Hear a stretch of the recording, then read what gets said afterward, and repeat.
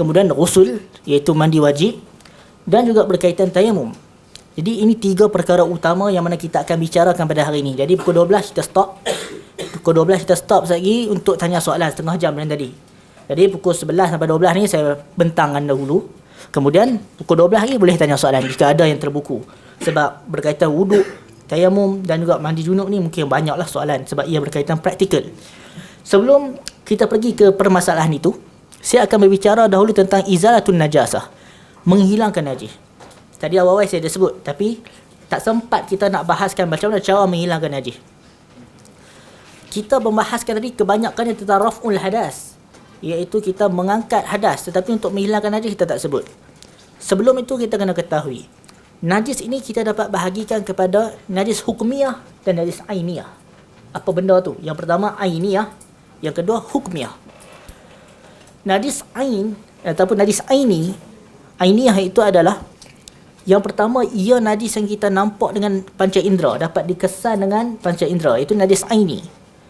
Najis aini dan hukmi, tak senang faham. Ain maksudnya mata, tetapi maksud murad najis aini adalah ia najis yang mana kita dapat kesan dengan panca indera.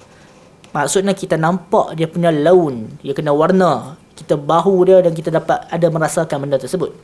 Contoh mudah, ada taik kucing kat atas kapet, itu najis aini ke hukmi? Aini, sebab kita nampak.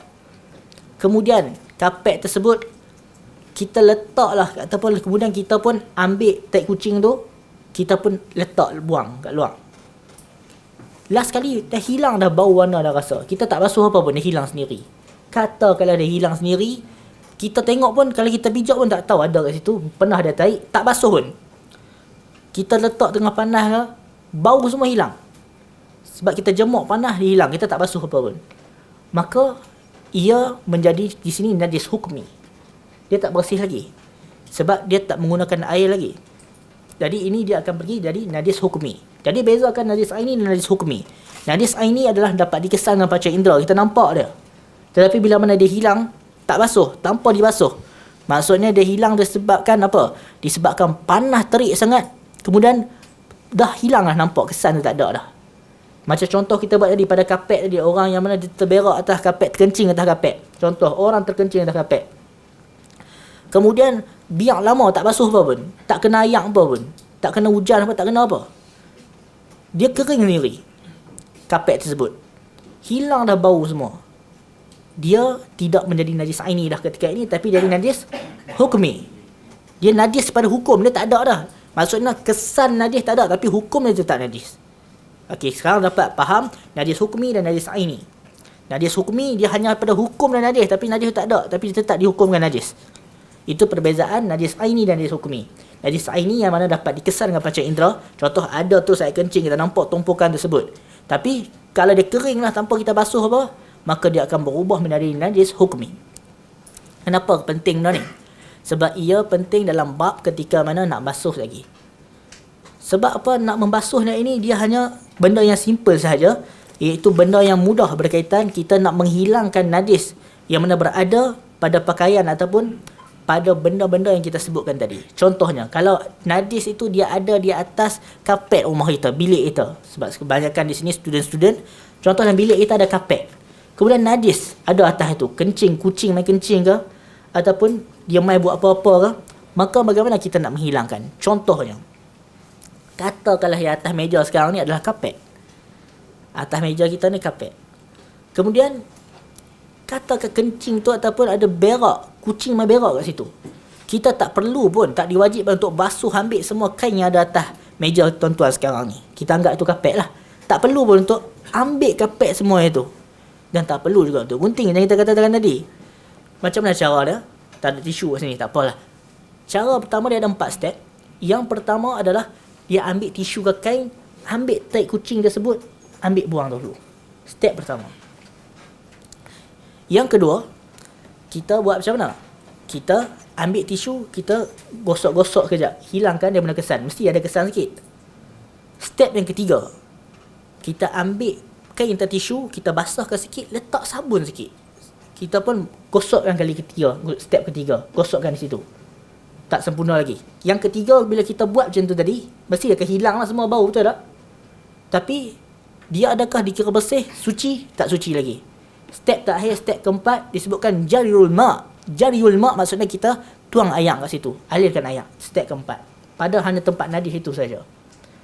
Ni dia, kalau saya duduk sini mungkin tak nampak cara macam mana. Kalau ada atas meja tu tak apalah, satgi tak apa. Waktu soal jawab satgi baru saya boleh bergerak. Ni saya tak boleh bergerak, susah sikit. Sebab tu nanti tak apa. Last kali nanti saya tunjuk cara macam mana atas meja. Jadi step yang pertama, kita buang najis tu, ambil buang najis. Step kedua, kita ambil lah kain atau tisu, kita lap. Lap bekas najis tersebut. Step ketiga, kita ambil lah kain ke tisu ke, letak air basah sikit, letak sabun sikit, bersihkan situ. Kita lap situ. Dia tak suci lagi. Dia baru jadi najis hukmi. Sebab dah hilang dah najis tu. Dah hilang warna, bau dan rasa. Tapi dia masih najis hukmi. Najis hukmi cara basuh dia macam mana? Disebutkan oleh fuqaha jarul ma' alaih. Kita alirkan air atas dia. Itu najis hukmi. Najis hukmi sangat simple. Najis hukmi sekadar kita alirkan air sahaja di atasnya. Contoh, katakanlah atas meja sekarang ni memang tak ada air. Penganjur beritahu ke air ada najis. Tak basuh pun sebenarnya. Tapi dah hilanglah semua benda tu. Maka kita buat macam mana? Kita jayul ma'. Kita tuangkan air saja untuk menghilangkan najis hukmi. Sebab najis hukmi, dia tak ada dah warna dia. Betul tak? Warna dia tak ada. Bau dia tak ada. Kesan dia tak ada. Tapi dia dikira sebagai najis. Untuk menghilangkan najis hukmi itu adalah kita letak air saja sekali je. Alirkan air sekali. Tuang sikit je. Bagi air tu mengalir sikit. Okey. Sudah cukup. Bas. Memadai. Jadi 4 step ni simple. Tak perlu pun kita, tak diwajibkan kita nak ambil kapet tu, kencing ni. Kita ambil semua kapet kecil tu, kita basuh semua. Cuci. Tak wajib macam tu pun. Kalau buat macam tu tak ada masalah lah, boleh lah. Tapi kita nak katakan, para fuqaha memudahkan urusan kita. Yang mana cukup cara minimum kita nak buat macam tu kita katakan, iaitu kita ambil air najis tu, ambil buang. Kemudian yang kedua, kita pun gosok tonyoh sikit. Yang ketiga, kita pun ambil lah sabun ke apa untuk menghilangkan dia punya najis tersebut. Step keempat, jariul ma'. Ambil air mutlak, air mineral, botol mineral ke apa, kita tuang kat situ. Kenapa yang ketiga, step ketiga dia tak cukup? Sebab kita tak alirkan air. Betul tak? Sebab cara untuk basuh dia kena alirkan air. Step ketiga itu kita sekadar untuk menghilangkan dia punya ain.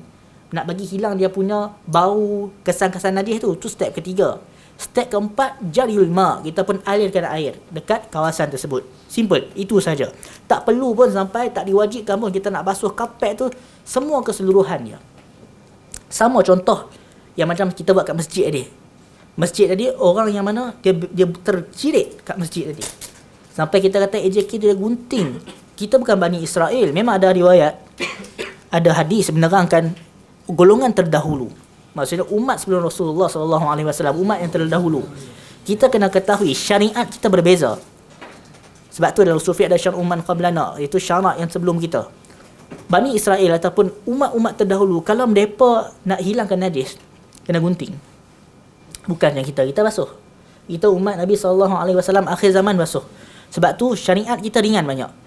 Kita hidup pada zaman umat akhir zaman, umat Rasulullah SAW banyak yang diringankan berbanding umat terdahulu. Umat terdahulu dalam riwayat diceritakan mereka kena gunting untuk menghilangkan najis. Contoh ada baju kita apa, kena gunting nak hilangkan najis. Kita kena basuh. Kita kena basuh. Jadi bila kita dah diringankan syariat untuk kita basuh, kita pula nak gunting. Terbalik. Jadi kita tak perlu gunting pun. Kalau masjid ada kapet tu, kita basuh yang kita cakap dengan cara tadilah. Ambil najis tersebut, lap najis tersebut. Kemudian step ketiga, kita ambil lah sabun untuk menghilangkan air dia.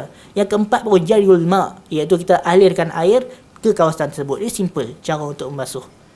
Benda ni sebab kita student, kita pun duduk di bilik-bilik kat kita punya IPT semua.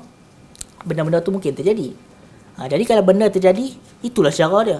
Sebab saya teringat waktu saya duduk dulu, ada housemate saya pun tak kucing dalam tu. Jadi cara untuk hilangkan, dia tak tahu macam mana cara untuk dilakukan. Jadi kita katakan simple cara dia untuk menghilangkan najis. Tak diwajibkan pun kita nak basuh semua, nak jemuk semua, kemudian nak angkat susah. Demikian juga pada kapet, pada tilam dan lain-lain. Itu cara untuk menghilangkan najis.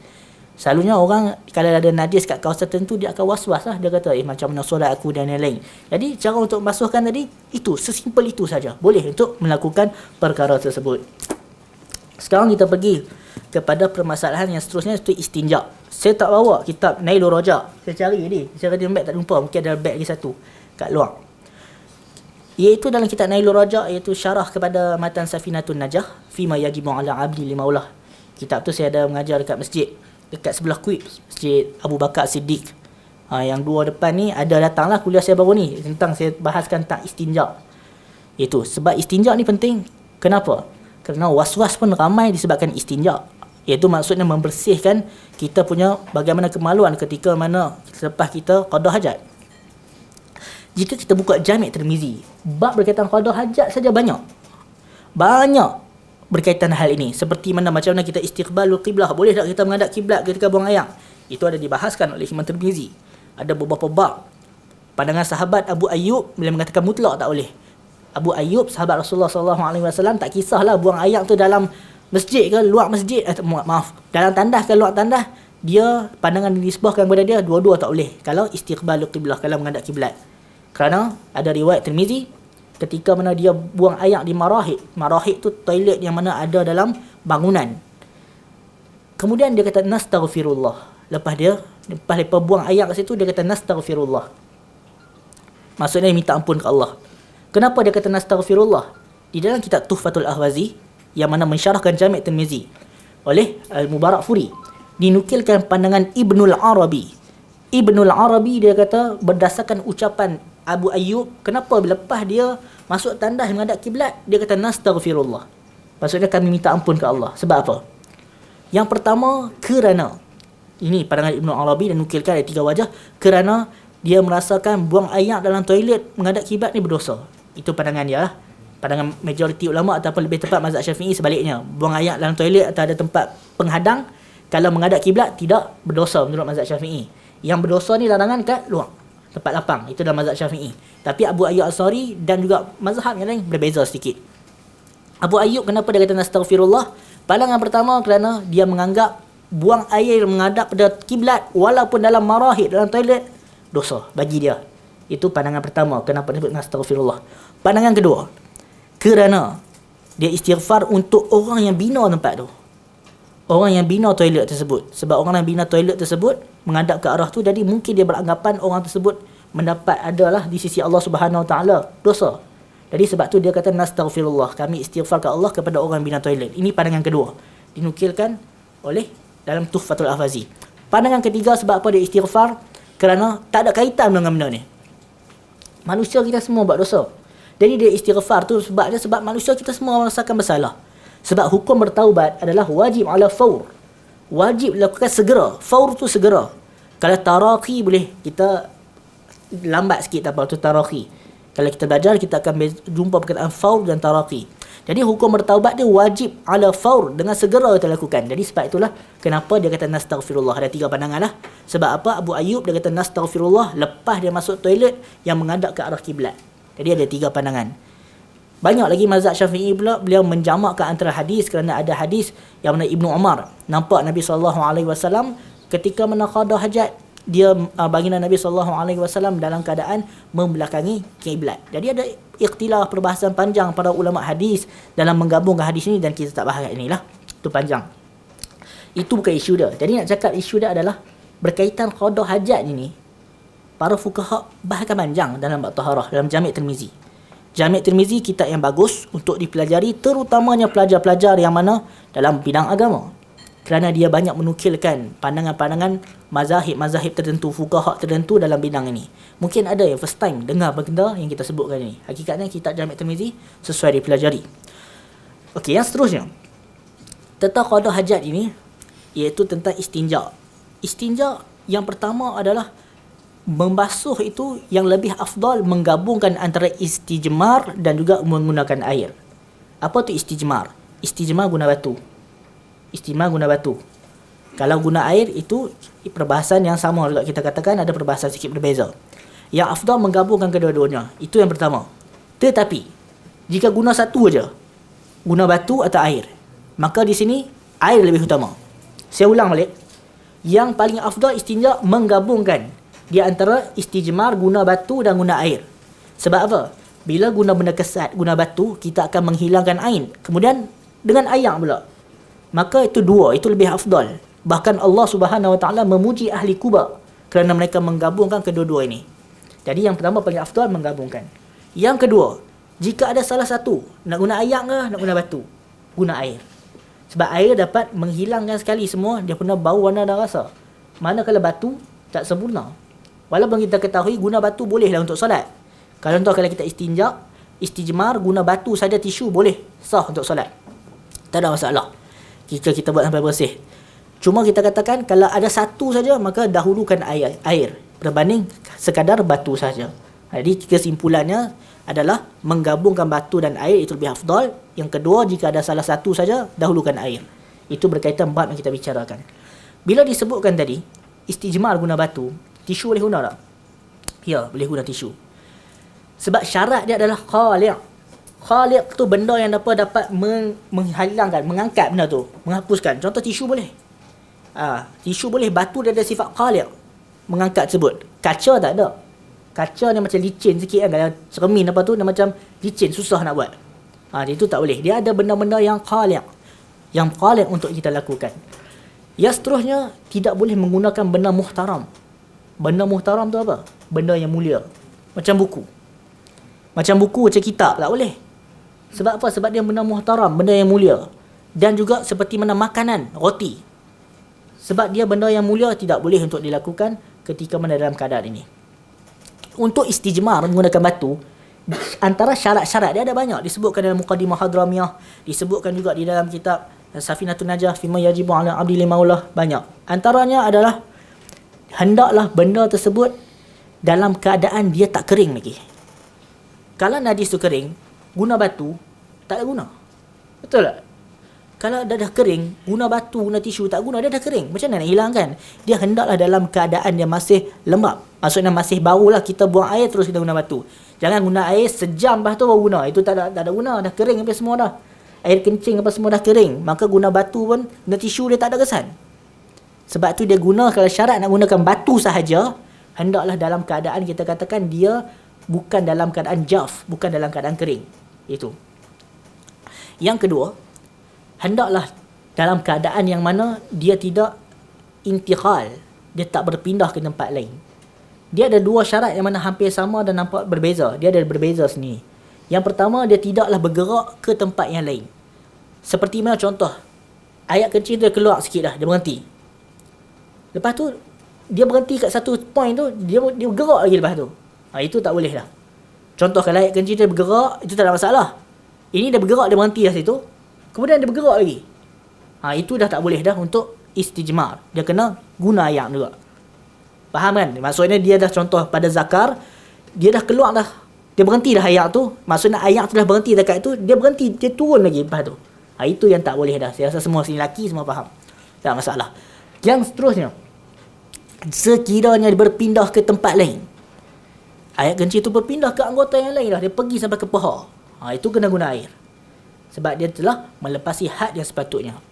Jadi kita katakan boleh untuk menggunakan batu, tetapi syarat-syarat tertentu yang kita kena ketahui benda-benda tersebut. Benda ni saya dah bahas dalam kitab Matan Safinatun Najah.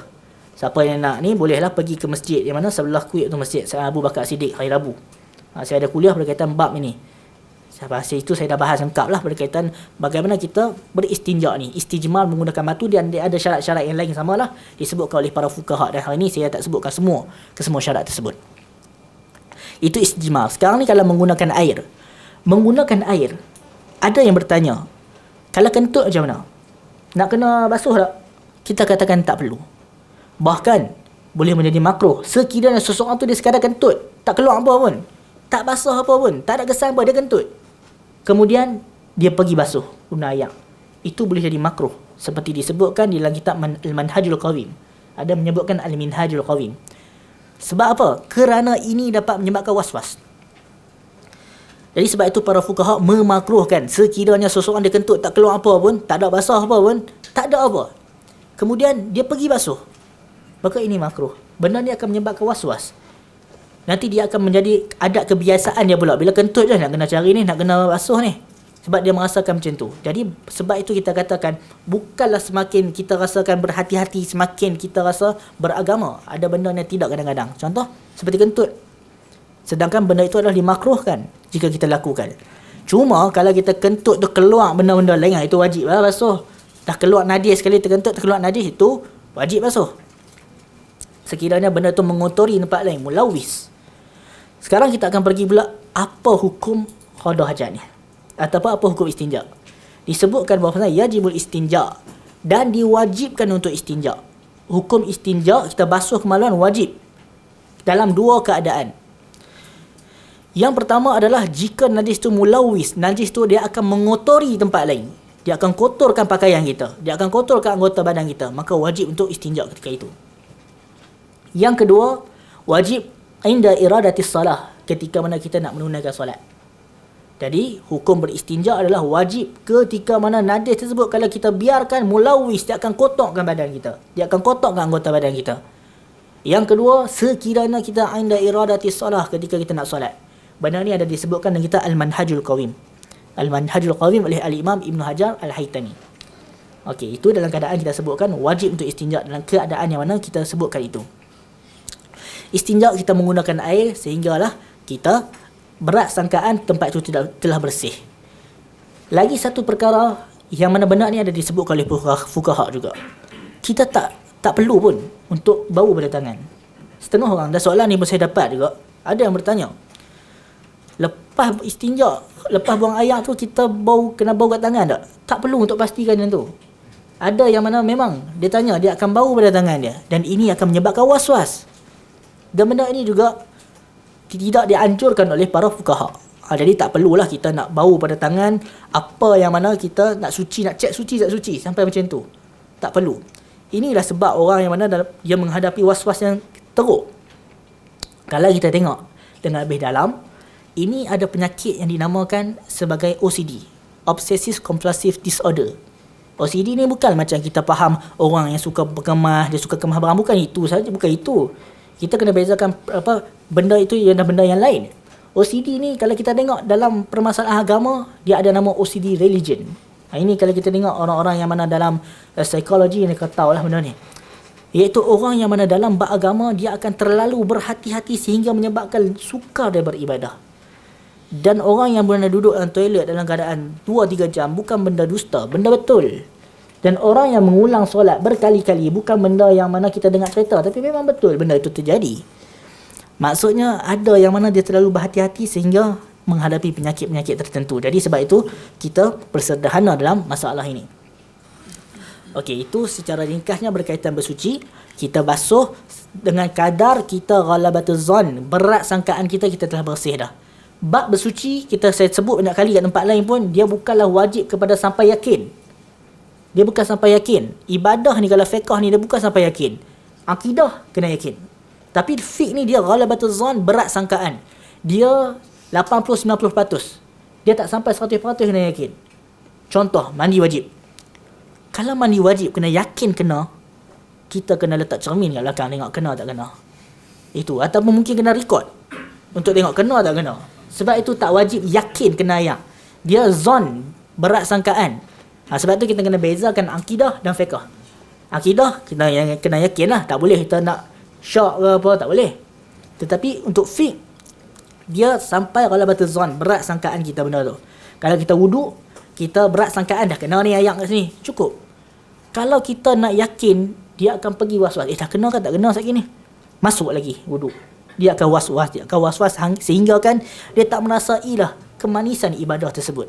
Sebab itu dalam bab ni kita kena berhati-hatilah benda ni. Jangan dah sampai pergi ke dalam was-was. Sebab was-was ni dapat menghancurkan ramai orang, terutamanya dalam beribadah. Dia akan hilang kemanisan ibadah. Demikian juga dalam baca Fatihah, kadang-kadang kita tengok kesian orang yang mana terseksa. Ketika baca Fatihah, dia baca dalam keadaan, kita tengok dalam keadaan tak menghayati pun, dia tengah tekan itu, dia dalam mengulang Fatihah. Kita pernah tengok kat masjid benda-benda macam ni. Jadi sebab itu kita katakan ilmu tu penting lah, ilmu penting. Mungkin dalam bab Fatihah ni, esok kot Ustaz Kadir akan bahaskan lah bab sifatus solah. Saya bahas bab taharah je hari ni. Okey, itu tentang istinja, saya tak panjangkan di situ. Sekarang kita akan masukkan di dalam bab berkaitan mandi, al-ghusl. Bab berkaitan mandi. Lagi setengah jam ya, kita ada masa. Nanti insya-Allah kita buka sesi soal jawab. Mandi ini adalah sayalan, iaitu itu dari segi bahasa, kita mengalirkan air yang pada badan. Mandi junub ini sangat simple. Sebelum kita pergi kepada mandi junub atau mandi wajib, kita kena ketahui hukum mandi. Berapa hukum mandi? Disebut kat sini, hukum mandi ni terbahagi kepada 5. Ada mandi yang haram, ada mandi yang wajib, ada mandi yang makruh, ada mandi yang sunnah. Jadi hukum mandi saja ada pelbagai, ada banyak yang mana kita kena ketahui. Kita pergi kepada mandi yang wajib. Mandi wajib semua orang tahulah.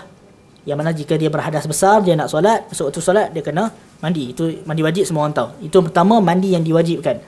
Mandi yang kedua adalah mandi yang sunnah. Ka ghuslil Jum'ah. Seperti mandi pada hari Jumaat. Itu mandi yang sunnah. Mandi yang ketiga. Mandi yang ketiga adalah mandi yang makruh.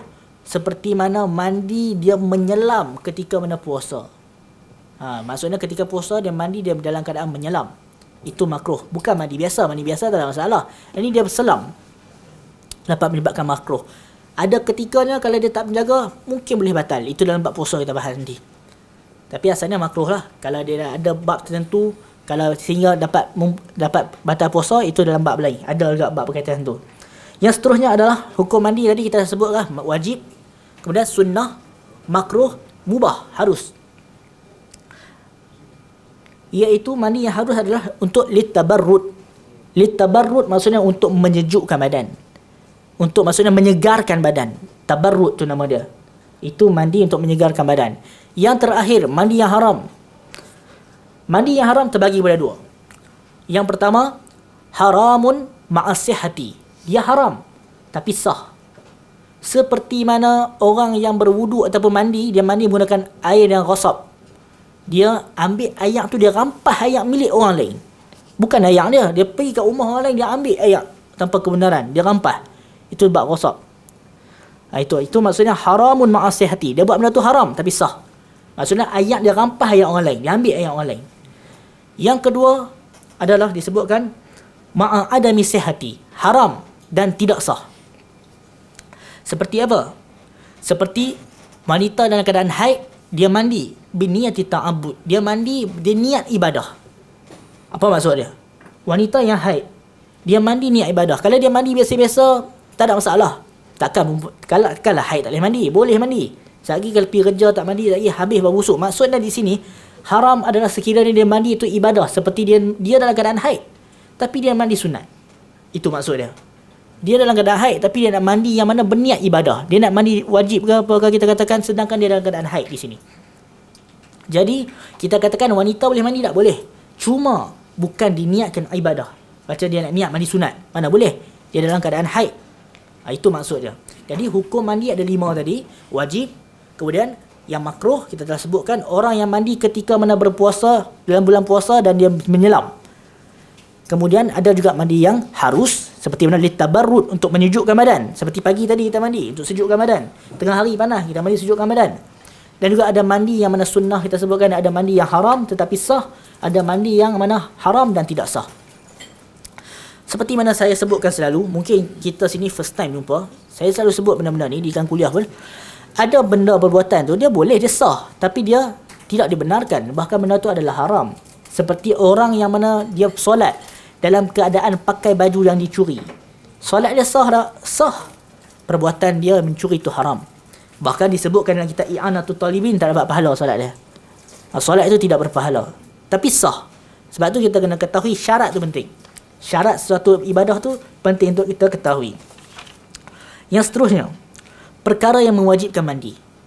Perkara yang mewajibkan mandi dia ada 6 perkara. 6 perkara yang mewajibkan seseorang itu untuk mandi.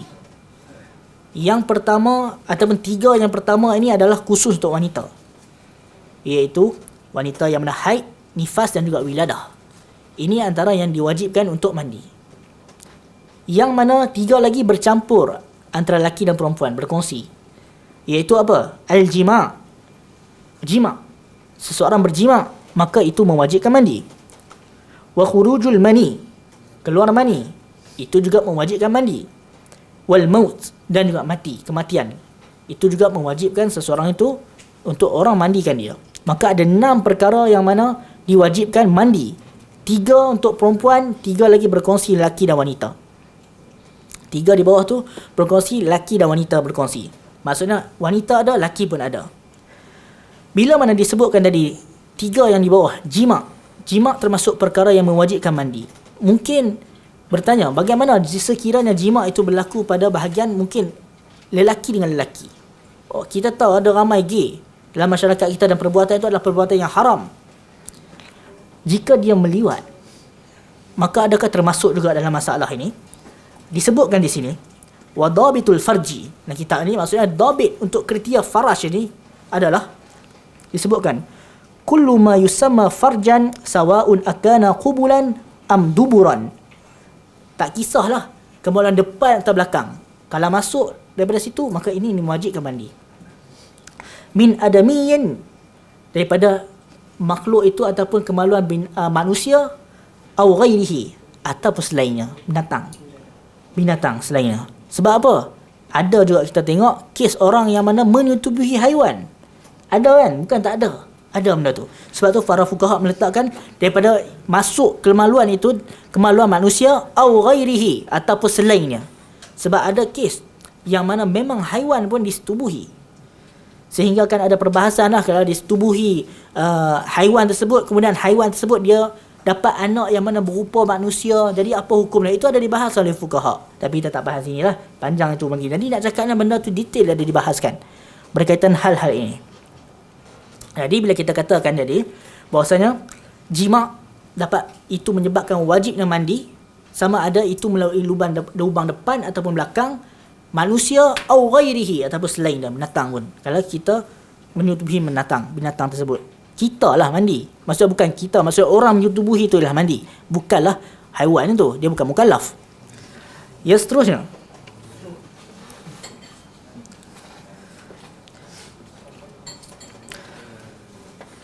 berkaitan mandi ini pula, perkara berkaitan mandi ini yang paling simple adalah berkaitan rukun dia. Rukun mandi ini adalah benda yang mana sangat simple, dan sebab itulah akibat tidak tahu berkaitan rukun mandi ini menyebabkan seseorang itu dia was-was. Rukun mandi ada apa? Rukun mandi wajib 2 perkara. 2 saja disebutkan sini, iaitu adalah an-niyatu. Yang pertama niat. Rukun mandi niat yang pertama. Dan rukun yang kedua adalah meratakan air ke seluruh badan. Ta'mimul badan bil ma' disebutkan, iaitu ta'mimul badani bil ma'. Kita meratakan air pada seluruh badan kita. Ini 2 rukun. Cukup ini je. Tak ada banyak. Cuma ada setengah pandangan ulama Syafi'iyah yang lain menambah yang ketiga, iaitu menghilangkan najis ataupun perkara yang mana menghalang najis sampai ke badan. Jadi nak cakapnya majoritinya 2 atau 3 itu saja. Jadi yang pertama kita sebutkan niyatu, niat. Yang kedua adalah ta'mimul badan bil ma', kita meratakan badan kita dengan air. Dan yang ketiga adalah ada yang mana menambah. Tapi 2 sajalah kita sebut 2. Ada yang menambah, menghilangkan perkara yang menghalang air sampai ke badan seperti najis dan lain-lain. Jadi 2 atau 3 rukun berkaitan mandi. Kita katakan 2 sajalah di sini. Mungkin ada yang bertanya, bagaimana sekiranya seseorang itu setelah dia mandi baru jumpa kawasan yang mana tak kena air, maka apa dia kena buat? Apa dia kena buat? Ya, sapu sahaja, ataupun kita maksudnya basuh tempat yang mana tak kena air tersebut. Tak diwajibkan untuk dia ulang balik pada awal. Sebab apa? Sebab al-muwalah. Al-muwalah adalah berturut-turut. Itu bukanlah rukun mandi dan bukan rukun wudu. Apa itu muwalat? Muwalat itu adalah berturut-turut. Contoh, saya ambil contoh dia wudu. Seseorang dia berwudu, dia basuh muka, dia basuh tangan. Kemudian kat atas tak ada air. Dia pun pergilah kat tingkat atas. Dia pun sambung basuh tangan. Dalam keadaan masih basah lagi tangan tadi. Itu maksudnya ada mualah lagi. Sebab air tak kering lagi. Tapi sekiranya seseorang tu dia berwuduk, dia basuh muka, dia basuh tangan, dia pergi tak ada air kat rumah ataupun sajalah dia basuh anggota lain dekat masjid. Dia pergi masjid, dia pun sapu kepala, basuh kaki. Sah tak? Sah. Sebab mualah bukan rukun dalam wuduk dan mandi. Yang memutuskan mualah adalah kalau orang tu kering, tangan tu kering, itu maksudnya terputus mualah. Terputus mualah tak membatalkan wuduk, sah. Maksudnya wuduk tu masih boleh teruskan. Saya buat contoh sekali. Saya wuduk dekat rumah tadi. Contoh, wuduk, basuh muka, basuh tangan. Kering dah.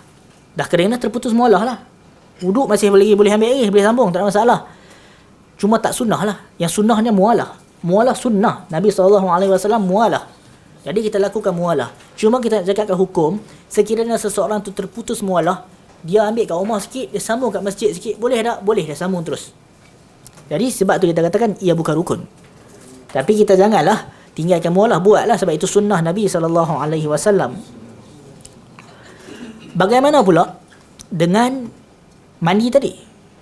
Dia keluar, baru dia perasan ada tempat tak kena. Maka cukuplah dia ambil air, dia basuh kat tempat itu je. Tak diwajibkan mandi berawal. Sebab mualah. Sama juga macam orang yang mana baru kahwin. Mungkin dia malu dengan mak mertua dia ke untuk mandi junub pada waktu subuh. Maka sekiranya seseorang itu sebelum tidur, dia mandi, dia basuh sekerat badan saja, contoh daripada perut ke kaki. Bangun subuh esok nak solat, dia sekadar kepala sampai ke perut. Sah mandi dia. Sebab mualah bukan rukun.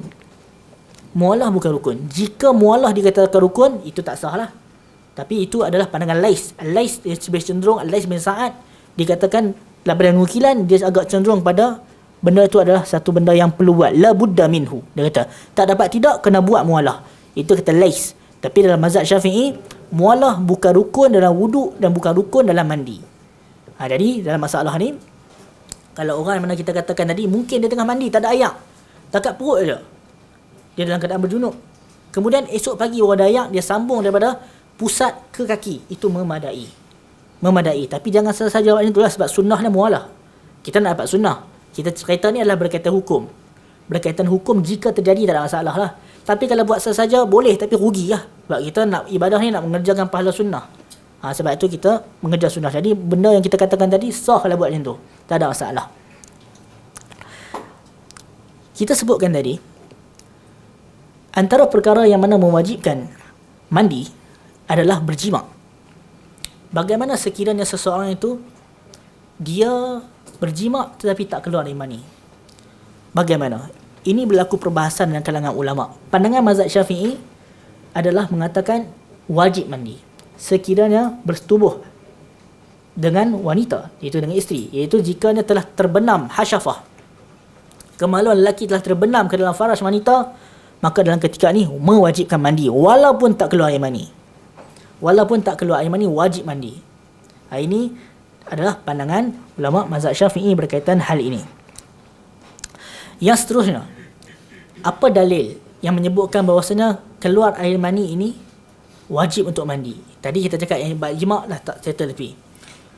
Apa dalil yang mana mengatakan keluar air mani, khurujul mani adalah salah satu sebab yang mewajibkan mandi? Sebab kita sebutkan tadi, sebab mewajibkan mandi untuk lelaki adalah sebabkan khurujul mani, keluar mani, jima' dan juga maut, mati. Jima' kita dah bahas tadi. Sekarang khurujul mani. Apa dalilnya? Dalilnya adalah dalam hadis yang diriwayatkan oleh Imam Muslim, Rasulullah menyebutkan al-ma'ul minal ma'. Sesungguhnya air daripada air. Apa maksud dia? Apa maksud air itu daripada air? Al-ma' maksudnya air. Al-ma'u minal ma'. Air daripada air. Air yang pertama adalah mandi. Air kedua adalah keluar dari air mani. Maksudnya mandi itu adalah disebabkan keluar mani. Itu dalil dia. Maksudnya air adalah disebabkan air ataupun air daripada air. Muradnya, macam nak faham hadis ni? Mandi wajib adalah disebabkan keluar air mani. Itu maksud dia. Jadi sebab itu dalil menyebabkan kita wajib mandi sekiranya keluar air mani. Yang seterusnya, bagaimana pula status ataupun hukum berkaitan air mani? Dia najis atau tak?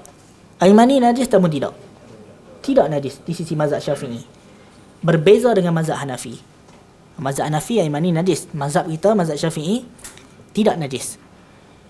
Hal ini berdasarkan hadis yang mana ada daripada Aisyah.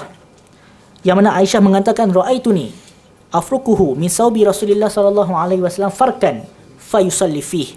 Iaitu Aisyah yang menyebutkan bahawasanya dia dahulu afrukuhu min saubi Rasulullah sallallahu alaihi wasallam farkan fayusalli fih. Dia menggerik. Afrukuhu tu macam kita ada kesan air mani pada baju. Aisyah dia guna kuku dia, dia gerik. Itu dia tak basuh pun. Itu kita faham. Dia tonyohlah guna kuku dia, tangan, pada mani yang ada pada baju ataupun jubah Rasulullah sallallahu alaihi wasallam. Kemudian setelah buat macam tu, fa yusalli fih.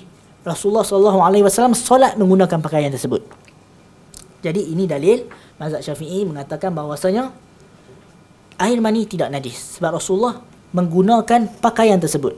Ada juga riwayat lain iaitu dibasuh menggunakan air. Ada riwayat lain guna air, tapi riwayat ini maksudnya menggerik. Jadi sebab itulah ulama Syafi'iyah mengatakan air mani bukan najis. Manakala mazhab Syafi'i ada hujah dan jugalah panjang perbahasan berkaitan hal ini. Untuk kelas pada hari ini kita tak bahas lah perbahasan teknikal sebab ada perbahasan apa maksud fa yusalli fih, apa maksud fa dalam hadis ni menurut lugah bahasa Arab. Itu panjang dan kita tak bahaskan di sini. Jadi ringkasnya, untuk di sini kita ketahui air mani di sini mazhab Syafi'i bukan najis. Jadi kita jangan was-was lah kalau ada orang yang mana keluar air mani dia tetap wajib mandi. Tetapi adakah air mani najis? Tidak najis, cuma basuh lah. Sebab benda tersebut kita tidak menyukai perkara tersebut. Bukan benda yang kita kata benda tu tak najis, kita pun tak apalah solat dalam keadaan tu, bukan. Contoh, tai hidung kan najis. Kita suka tak? Tak suka. Demikian hingus najis tak? Bukan najis, tapi kita tak suka hingus.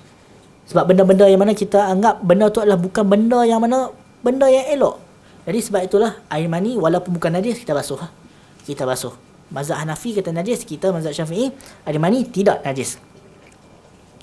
Jadi itu berkaitan perkara-perkara yang mana kita sebutkan mewajibkan mandi. Dia ada banyak lagi sebenarnya perbahasan berkaitan hal ini disebutkan dalam kitab Umdatus Salik berkaitan mandi. Seperti contohnya orang yang mana mungkin dia tidur, kemudian dia bangun pagi, dia nampak air mani. Jadi macam mana cara nak lakukan? Dia wajib mandi atau tidak? Ataupun dia tengok bangun pagi, dia tak tahu yang keluar tu air mani ke air mazi. Jadi macam mana? Situasi yang pertama, seseorang itu dia bangun pagi, dia tengok ada air mani dan dia tak tahu, ataupun dia bukan tak tahu, dia syok. Dia syok maksudnya dia rasa ragu-ragu, ini air mani ke air mazi. Bagaimana cara untuk dilakukan? Syok maksudnya 50-50. Dia memang tak tahu ni yang ni air mani ke ataupun mazi. Sebab dia benda yang jelas tak jelas, sama-sama. Dia berbeza dengan hukum, dia nampak ini air mani ni, malah mandi, tak apalah kata mazi. Itu lain, itu tak boleh. Sebab tu memang dia telah tahu itu air mani. Yang kita ketahui sekarang, kita katakan dia syok. Syok tu maksudnya 50, tak sure. 50 ni air mani ke air mazi. Disebutkan yatakhayyar. Dalam masalah ni dia boleh pilih mana-mana. Dia boleh pilih. Kalau dia nak kata itu air mani, maka dia kena apa? Wajib mandi. Kalau dia kata air mazi, maka dia tak wajib mandi. Tapi kena ingat penjelasan, ini dalam keadaan syok. 50-50 tak tahu betul. 50 air mani ke bukan? Dia berbeza dengan orang kata ini air mani ni, malah mandi. Aku katalah air mazi. Itu lain.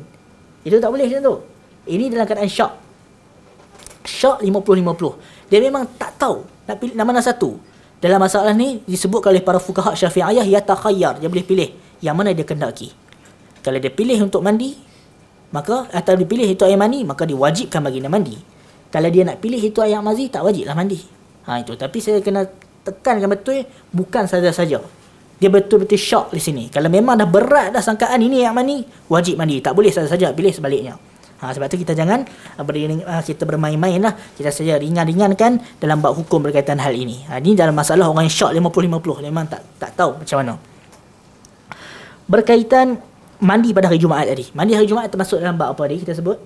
Wajib ke sunat? Sunnah. Jadi mandi pada hari Jumaat sunnah. Kalau kita tak ada kelas ke, nak pergi solat Jumaat, mandi dulu. Itu sunnah. Itu sunnah yang mana kita perlu lakukan berkaitan hal ini. Bahkan ada bab yang mana diletakkan, iaitu babun fil ghusli yaumal jum'ati. Bab pada menyatakan mandi pada hari Jumaat. Jadi mandi pada hari Jumaat ni adalah perkara yang mana yang dianjurkan. Cuma ulama bahas diwajibkan ataupun disunnahkan ni untuk siapa? Wanita disunnahkan juga ataupun sebaliknya. Jika kita lihat adalah dianjurkan untuk orang yang mana nak menghadiri solat tersebut. Orang yang mana nak menghadiri solat Jumaat. Maka kalau wanita yang dia nak mai solat Jumaat, maka dia pun disunnahkan untuk mandi lah. Sebab wanita pun boleh untuk pergi solat Jumaat. Kita kena ketahui. Jadi untuk orang yang mana nak pergi solat Jumaat, disunnahkan bagi dia mandi dahulu sebelum dia pergi. Dan arahan di sini adalah arahan yang mana kita lihat ada seperti mana dalam riwayat hadis disebutkan wajib. Tapi wajib dalam hadis ni bukan maksudnya wajib, tapi sunnah. Kita tengok hadis ni disebutkan bahawasanya ghuslu yaumil jum'ah wajib ala kulli muhtalimin, iaitu mandi pada hari Jumaat wajib ke atas semua orang yang telah bermimpi. Maksudnya semua orang telah akil balik. Orang yang telah balik, maka dia dianjurkan, disunnahkan untuk dia mandi dahulu sebelum menghadiri solat Jumaat. Bagi kita katakan sunnah untuk seseorang itu mandi menurut mazhab Syafi'i. Tapi adalah, tak nafikan, mazhab yang mewajibkan. Itu berkaitan mandi. Ada soalan, tulis siap-siap ataupun ingat siap-siap lagi bila last kali tanya. Sekarang kita akan pergi kepada bab berkaitan wuduk. Wuduk saya tak nak panjang lah. Sebab wuduk semua kita dah ketahui benda tu. Wuduk saya nak pergi pada rukun wuduk saja. Saya tidak pergi pada sunanul wuduk. Tak pergi, tak sempat. Arkanul wuduk. Wuduk ni kita kena ketahui, cara nak senang ingat adalah 4 basah 2 kering. Iaitu 4 yang basah itu adalah ghuslu wajhi. Kita basuh muka. Kemudian kita basuh tangan sampai ke siku. Kita menyapu kepala. Kita basuh kaki. Itu yang basah. Adapun yang kering adalah an-niyatu wa tertib. Niat dan tertib. Itu kering. Jadi senang ingat 4 basah 2 kering. Rukun yang pertama adalah an-niyah. Niat tu penting. Dan niat ini, kenapa niat penting? Niat penting itu adalah untuk at-tamyiz bainal adati wal ibadah. Niat itu untuk tamyiz, membezakan antara adat dengan ibadah. Apa maksud dia? Contoh, seseorang itu dia panah, dia pun pergilah basuh muka, dia pun basuh tangan dia sampai ke bahu, kemudian dia pun sapu kepala dia basuh kaki. Dia niat tabarrud, maksudnya dia buat tu untuk sejukkan badan dia, tak dikira wuduk. Orang yang kedua dia buat benda yang sama, dia niat wuduk, maka orang yang kedua tu dapat pahala berwuduk. Orang pertama tak dapat.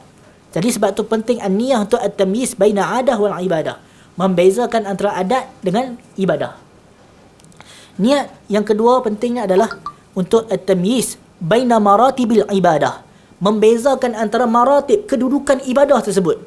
Sebab ibadah ada tertib tertentu, maksudnya kedudukan maratib. Contoh, orang yang solat 2 rakaat. Azan subuh dia solat 2 rakaat. Dia niat solat sunat. Solat sunat dulu 2 rakaat. Kemudian barulah dia solat fardu. Maksudnya kita tengok 2 rakaat yang sama tapi solat yang berbeza. Jenis berbeza. Jadi sebab tu niat tu tamyiz baina maratibil ibadah, untuk membezakan antara maratib kedudukan ibadah tertentu. Sebab tu niat penting. Niat untuk mengangkat hadas, untuk berwuduk, kemudian membasuh muka.